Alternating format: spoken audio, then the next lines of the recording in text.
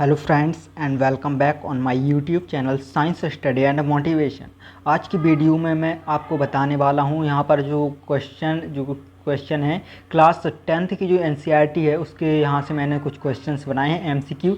इनको हम आज जो है कंप्लीट करेंगे। ये जो है जो बच्चे क्लास 11th में उनके लिए पीएमएसएसबी योजना में जो क्वेश्चंस आएंगे उनके लिए जो है हेल्पफुल रहेंगे।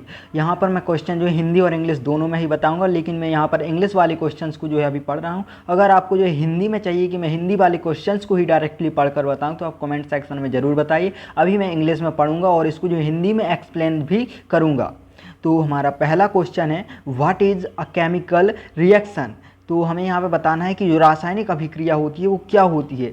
अ चेंज इन टेम्परेचर जो है तापमान में परिवर्तन, अ चेंज इन कलर क्या कलर में परिवर्तन होती है, या a change in physical state जो उसकी भौतिक अवस्था होती है उसमें परिवर्तन है, या फिर a change in composition of substance जो यहाँ पर पदार्थ होता है पदार्थ के संगठन में परिवर्तन होता है क्या। तो यहाँ पर जो राइट आंसर होगा हमारा a change in composition of substance जो पदार्थ होता है पदार्थ की घटक जो होती है उसमें घटक या उसकी जो अवस्था होती है उसमें परिवर्तन होता है। तो हमारा राइट आंसर जो हो जाएगा ऑप्शन नंबर डी हो जाएगा। इसके बाद हमारा सेकंड है विच of the following is a balanced chemical equation. हमें बताना है कि यहाँ पर जो रासायनिक अभिक्रिया दी गई है इसमें से संतुलित रासायनिक अभिक्रिया कौन सी है। तो हमें संतुलित रासायनिक अभिक्रिया के लिए देखना क्या होता है कि जो दोनों तरफ जो लेफ्ट हैंड साइड और राइट हैंड साइड होता है वहाँ पर जो एलिमेंट्स जो तत्व होते हैं उनकी संख्या बराबर होनी चाहिए। यहाँ पर हम देखते हैं कि जो ऑप्शन नंबर ए है ऑप्शन नंबर ए में लेफ्ट साइड जो है H2 है और राइट साइड H1 है, तो ये नहीं होगा। ऑप्शन नंबर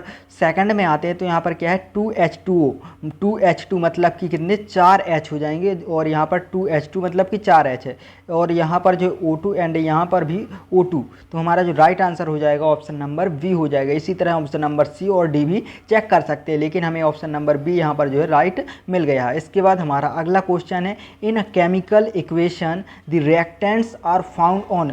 जो रासायनिक अभिक्रिया हुई हमें दी हुई होती है, जैसे ये रासायनिक अभिक्रियाएं हैं तो इसमें जो रिएक्टेंट्स जो होते हैं अभिकारक जो होते हैं वो किस तरफ होते हैं। तो अभिकारक जो है लेफ्ट हैंड साइड इस तरफ होते हैं और अभिकर्मक जो होते हैं वो राइट हैंड साइड होते हैं। तो यहाँ पर जो हमारा राइट आंसर हो जाएगा left side option number A. इसके बाद हमारा चौथा क्वेश्चन है what does the arrow in a chemical equation indicate. हमारी जो मान लो कोई केमिकल रिएक्शन है जैसे H2O this converts into H2 plus 2O2 इस तरह से जैसे होता है H2 प्लस यहाँ पर जो है H2 ये जो है गलत हो गया मान लो यहाँ पर इस तरह से जो है यहाँ पर हम जैसे देख लेते हैं 2H2O अगेन यहाँ पर जो होगा 2H2 plus O2 this converts into 2H2O है। तो यहाँ पर ये जो एरो दिखाता है किस चीज़ को दिखाता है और ये हमारी पूरी क्या होती है केमिकल इक्वेशन जो रासायनिक अभिक्रिया होती है। तो हमें इस चीज़ को बताना है। तो यहाँ पर क्या है कन्वर्जन ऑफ रिएक्शन जो रिएक्शन का जो है कन्वर्जन होता है ये जो है सब्सटेंस है या अभिकर्मक जो अभिकारक है इससे जो है इसमें जो है चेंज हो गए। तो यहाँ पर एरो क्या दिखाता है कन्वर्जन ऑफ रिएक्शन कन्वर्जन और रिएक्शन दिखाता है। इसके बाद हमारा अगला क्वेश्चन है क्वेश्चन नंबर 5। क्वेश्चन नंबर 5 कहता है विच of the following is a product of combustion reaction. Combustion reaction जो हिंदी में दहन अभिक्रिया कहलाती है। तो हमें बताना है कि दहन अभिक्रिया का जो है प्रोडक्ट दहन अभिक्रिया होने के बाद यहाँ पर क्या बनता है। तो यहाँ पर जो कार्बन डाइऑक्साइड बनती है। तो हमारा राइट आंसर हो जाएगा ऑप्शन नंबर बी। इसके बाद हमारा अगला क्वेश्चन है क्वेश्चन नंबर 6। क्वेश्चन नंबर 6 है a catalyst is a substance that. हमें बताना है कि कैटलिस्ट जो उत्प्रेरक होते हैं वो क्या होते हैं, उनसे जो है केमिकल रिएक्शन जो होती है उस पर क्या इफेक्ट पड़ता है। तो जो कैटलिस्ट होते हैं वो रिएक्शन की जो रेट होती है रिएक्शन की जो दर होती है उसको बढ़ाने या कम करने का काम करते हैं। तो यहाँ पर राइट आंसर जो हो जाएगा increase the rate of chemical reaction. यहाँ पर आप एक बात ध्यान दीजिए यहाँ पर क्या है increase of rate of reaction और ऑप्शन में decrease the rate of reaction भी है। तो यहाँ पर कैटलिस्ट जो है दो प्रकार के होते हैं नॉर्मली क्या होता है एक पॉजिटिव जो है होता है क्या होता है पॉजिटिव कैटलिस्ट होता है एक नेगेटिव कैटलिस्ट होता है, लेकिन हमें जो अधिकतर कैटलिस्ट देखने को मिलते हैं वो पॉजिटिव कैटलिस्ट देखने को मिलते हैं। तो यहाँ पर जो हमारा राइट आंसर हो जाता है इंक्रीज ऑफ द रेट। लेकिन कहीं पर अगर आपको कहा जाए कि नेगेटिव कैटलिस्ट अगर नेगेटिव कैटलिस्ट जो है कहा जाए फिर जो है डिक्रीज वाला लगाएंगे। अगर आपको केवल कैटलिस्ट कहा जाता है तो आपको पॉजिटिव कैटलिस्ट लेकर चलना, लेकिन कहीं पर आपको नेगेटिव कैटलिस्ट का जिक्र किया जाएगा तो फिर आपको जो decrease the rate of chemical reaction पर लगाना है। इसके बाद हमारा अगला क्वेश्चन है question number 7, what is the product of reaction between acid and base. हमें बताना है कि जो अम्ल और क्षार की रिएक्शन होती है तो क्या बनेगा। जब अम्ल और क्षार की रिएक्शन होती है तो एक तो बनता है लवण और फिर जो है वाटर बनता है। तो यहाँ पर जो हमारा राइट आंसर हो जाएगा, यहाँ पर क्या बताना है प्रोडक्ट क्या बनता है, तो यहाँ पर जो है वाटर H2O जो है बनेगा। यहाँ पर क्या है H2O बनेगा। यहाँ पर जो है हमारा जब एसिड एंड बेस की रिएक्शन होती है तो एक उदासीन पदार्थ बनता है और H2O बनता है। तो हमारा राइट आंसर हो जाएगा ऑप्शन नंबर ए। इसके बाद हमारा अगला क्वेश्चन है क्वेश्चन नंबर 8। क्वेश्चन नंबर 8 है विच of the following is redox reaction. Redox reaction जो है क्या होती है, वो रेडॉक्स रिएक्शन वे होती हैं जिनमें ऑक्सीडेशन और जो है रिडक्शन मतलब कि उपचयन और अपचयन दोनों होता है, तो वो जो है रेडॉक्स रिएक्शन कहलाती है, रेडॉक्स अभिक्रिया कहलाती है। तो यहाँ पर जो बर्निंग ऑफ वुड लकड़ी का जो जलना होता है वो एक रेडॉक्स रिएक्शन है।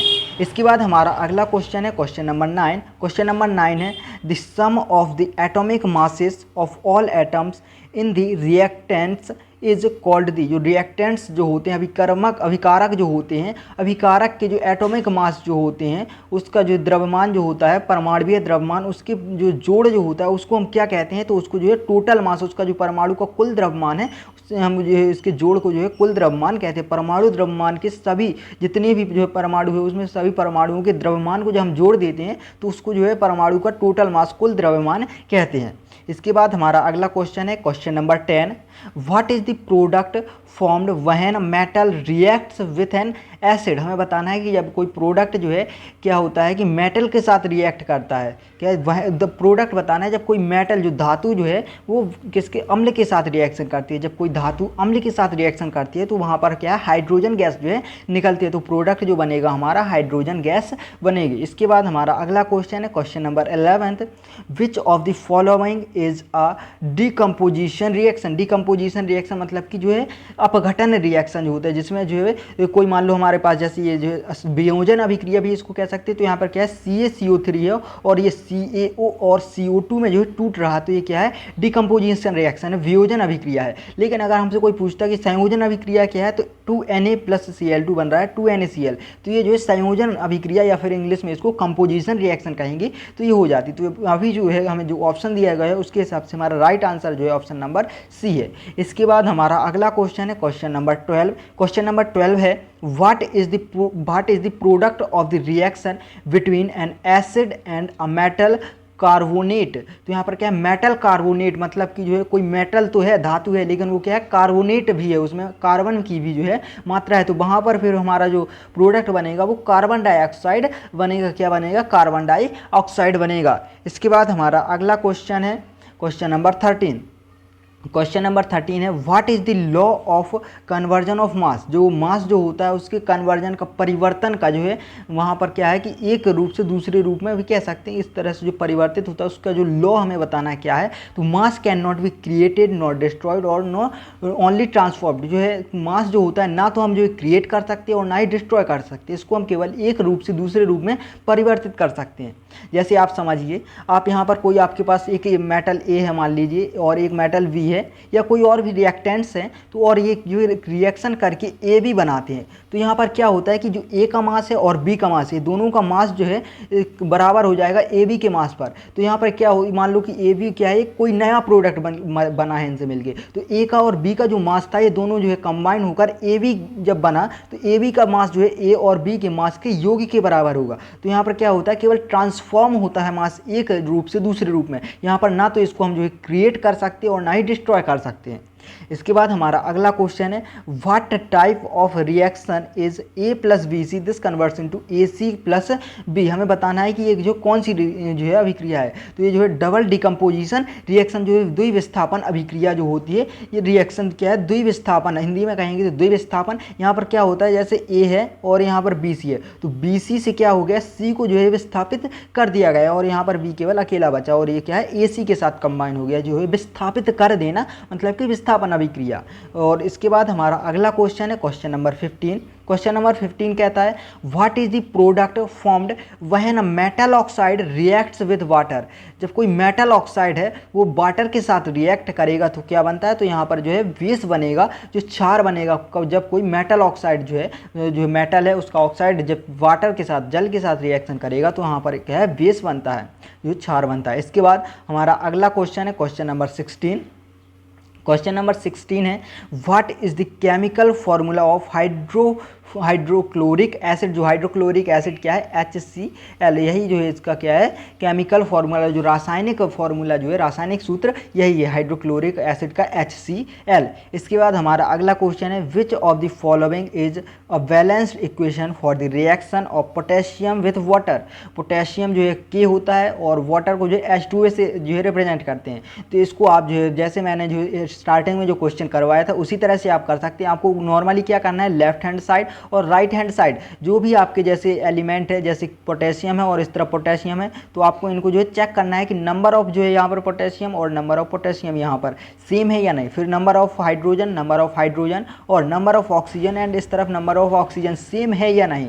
तो यहाँ पर जो आपका right answer option number C आ रहा है। और आपको जो है अपने मन से जो खुद से भी इसको एक बार करके देखना है और आप जो है इसी तरह से अपने एग्जाम में भी कर सकते हैं।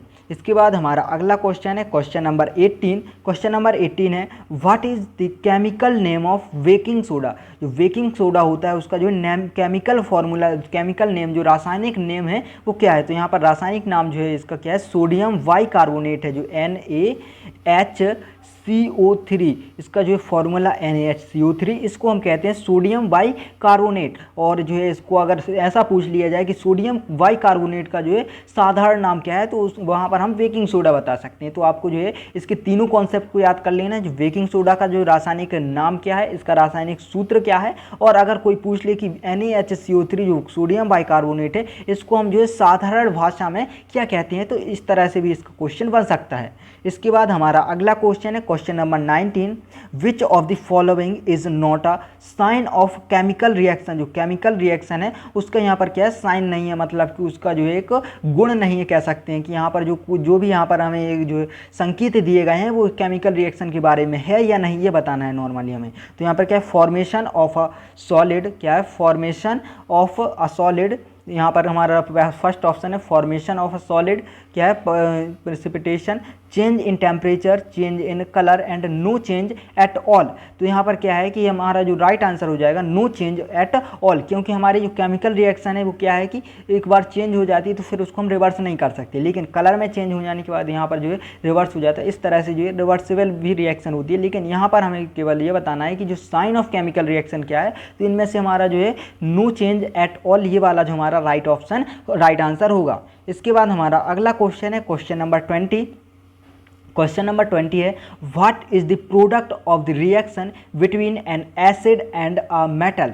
तो जब एसिड और मेटल, क्या है कि अम्ल और धातु के बीच जब रिएक्शन होगी तो हमारा जो यहाँ पर प्रोडक्ट बनेगा वो सॉल्ट, लवण बनेगा। इसके बाद हमारा अगला क्वेश्चन है what is the product of the reaction between acid and metal oxide. अब यहाँ पर क्या है कि अम्ल और मेटल ऑक्साइड के बीच जो है रिएक्शन होगी तो भी हमारा क्या है, लवण ही बनेगा। अगर जो है मेटल जो अम्ल और जो है अम्ल और क्या कहते हैं, अम्ल और धातु के बीच रिएक्शन होगी तो भी हमारा लवण बनेगा, और अम्ल और धातु ऑक्साइड के साथ जो है रिएक्शन होगी तो भी सॉल्ट बनेगा।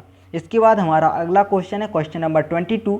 Which gas is evolve when metal reacts and with an acid. जब कोई धातु जो होती है अम्ल के साथ रिएक्शन करती है तो क्या है, यहाँ पर हाइड्रोजन गैस निकलती है। यहाँ पर हम ये वाला जो क्वेश्चन ऊपर भी कर चुके हैं, बस वहाँ पर क्वेश्चन पूछने का तरीका अलग था। वहाँ पर पूछा गया था कि जब मेटल जो है एसिड के साथ रिएक्शन करता है तो वहाँ पर प्रोडक्ट क्या बनता है। तो आप चाहे प्रोडक्ट कह लो या फिर कह लो कि कौन सी गैस वहाँ से जो है रिलीज होती है, तो जो वहाँ पर नाम जो हाइड्रोजन है, वो गैस का जो नाम आ जाएगा वो हाइड्रोजन होगा। इसके बाद हमारा अगला क्वेश्चन है क्वेश्चन नंबर 23। क्वेश्चन नंबर 23 है what is the product of the reaction between N acid and metal sulphide. जो मेटल सल्फाइड मतलब कि सल्फर की जो मेटल और सल्फर जो यहाँ पर रिएक्शन करके क्या है मेटल सल्फाइड बनाते हैं। तो जब मेटल सल्फाइड जो एसिड से रिएक्शन करेगा तो यहाँ पर क्या बनेगा, तो जब मेटल, पहले हम देख लेते हैं कि मेटल और एसिड क्या है, मेटल और एसिड जब रिएक्शन करते थे तो क्या बनता था, हाइड्रोजन बनता था, हाइड्रोजन गैस बनती थी। लेकिन अब यहाँ पर मेटल की जगह पर क्या है, मेटल सल्फाइड है, तो यहाँ पर जो हमारा प्रोडक्ट बनेगा वो हाइड्रोजन सल्फाइड बन जाएगा। इसके बाद हमारा अगला क्वेश्चन है क्वेश्चन नंबर 24। क्वेश्चन नंबर 24 है, what does the terms stoichiometry refer in chemistry. जो स्टीशियोमेट्री जो है केमिस्ट्री में किस किस टर्म को जो है ये रेफर करता है, तो the study of quantities in chemical reaction. जो जैसे हम यहाँ पर क्या है मोलरता पढ़ते हैं, मोलरता, और जो है यहाँ पर नॉर्मलता, फॉर्मलता, जैसे इंग्लिश में इसको फॉर्मेलिटी और नॉर्मलता को जो है नॉर्मेलिटी कहते हैं। इन चीज़ों को जो है पढ़ते, ये जो है स्टीशियो केमिस्ट्री में ही जो है हमें पढ़ाई जाती हैं। तो यहाँ पर जो हमारा राइट आंसर हो जाएगा ऑप्शन नंबर डी हो जाएगा। इसके बाद स्टीशियोमेट्री में ही जो हमें पढ़ाई जाती है। इसके बाद हमारा अगला क्वेश्चन है question number 25, which of the following is a synthesis reaction. Synthesis reaction जो है हमें बताना है कि इनमें से कौन सी है। तो हमारी जो सिंथेसिस रिएक्शन जो हो जाएगी C6H12O6, this converts into 2C2H5OH plus 2CO2, जो हमारा राइट आंसर यहाँ पर ऑप्शन नंबर सी होगा। इसके बाद हमारा अगला क्वेश्चन है क्वेश्चन नंबर 26। क्वेश्चन नंबर 26 है, what type of reaction is AB converts into A plus V। तो यहाँ पर जो AB converts into A plus V, तो ये क्या है, वियोजन अभिक्रिया, या फिर इसी को इंग्लिश में कहेंगे डिकम्पोजिशन रिएक्शन है। तो इसके बाद हमारा अगला क्वेश्चन है क्वेश्चन नंबर 27। क्वेश्चन नंबर 27 है, which substance is a product of the reaction between N acid and a metal sulphide. तो यहाँ पर क्या है, हमारा जो यहाँ पर राइट आंसर हो जाएगा क्या है, सल्फर डाइऑक्साइड जो गैस बनेगी। यहाँ पर एसिड और मेटल सल्फाइड के बीच जब रिएक्शन होगी तो यहाँ पर क्या है, सल्फर डाइऑक्साइड गैस बनेगी। इसके बाद हमारा अगला क्वेश्चन है क्वेश्चन नंबर 28। क्वेश्चन नंबर 28 है, विच of the following is an example of a single displacement reaction. Single displacement reaction, जैसे यहाँ पर हम देखते हैं कि Fe2O3 प्लस 3CO है। तो यहाँ पर क्या है कि Fe2O3 जो है, यहाँ पर FeO3 से O हट के जो CO2 में जो है जा रहा, CO में जो कार्बन मोनोऑक्साइड से कार्बन डाइऑक्साइड बन रहा है, और यहाँ पर जो आयरन जो है यहाँ पर अकेला हो गया। तो यहाँ पर ये क्या है, डिस्प्लेसमेंट हो रहा है, तो इसी को जो हम सिंगल डिस्प्लेसमेंट रिएक्शन कहते हैं। इसके बाद अगला क्वेश्चन है question number 29, what is the chemical formula of sulphuric acid. तो सल्फ्यूरिक एसिड का केमिकल फार्मूला H2SO4 होता है। सल्फ्यूरिक एसिड का जो केमिकल फार्मूला होता है H2SO4 होता है। इसके बाद हमारा अगला क्वेश्चन है क्वेश्चन नंबर 30, और यहाँ आज का जो है लास्ट क्वेश्चन होने वाला है। इसके बाद हमारा यहाँ पर क्या है, what is the product of the reaction between N acid and a metal chloride. तो यहाँ पर जो है प्रोडक्ट जो बनता है हमारा, लवण जो है यहाँ पर प्रोडक्ट बनता है। तो यहाँ पर जो हमारे क्वेश्चन जो है समाप्त होते हैं। आपको जो है इस क्वेश्चंस की जो सॉफ्ट कॉपी है वो आपको इसकी लिंक डिस्क्रिप्शन में मिल जाएगी, तो आप वहाँ से जो है इन क्वेश्चंस को जो है हिंदी और इंग्लिश दोनों में देख सकते हैं, और जो है अगेन जो है इसको जो है आप जो है रिवाइज कर सकते हैं। और अगर आपको जो है किसी भी प्रकार का डाउट हो तो आप कमेंट सेक्शन में ज़रूर पूछिए, और आप ज़रूर बताना कि आपको जो यहाँ पर जो केमिकल जो इनके फार्मूला है, जो यहाँ पर एलिमेंट्स हैं, एलिमेंट्स के जो केमिकल फार्मूले अगर आपको चाहिए तो मैं इसके ऊपर भी एक अलग से वीडियो बना दूंगा।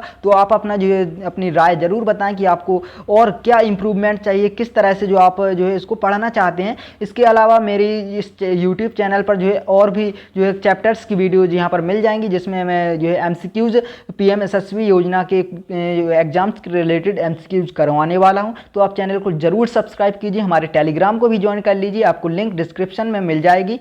और यहाँ पर जो है आपको किसी भी प्रकार का डाउट हो तो आप कमेंट सेक्शन में ज़रूर पूछिए।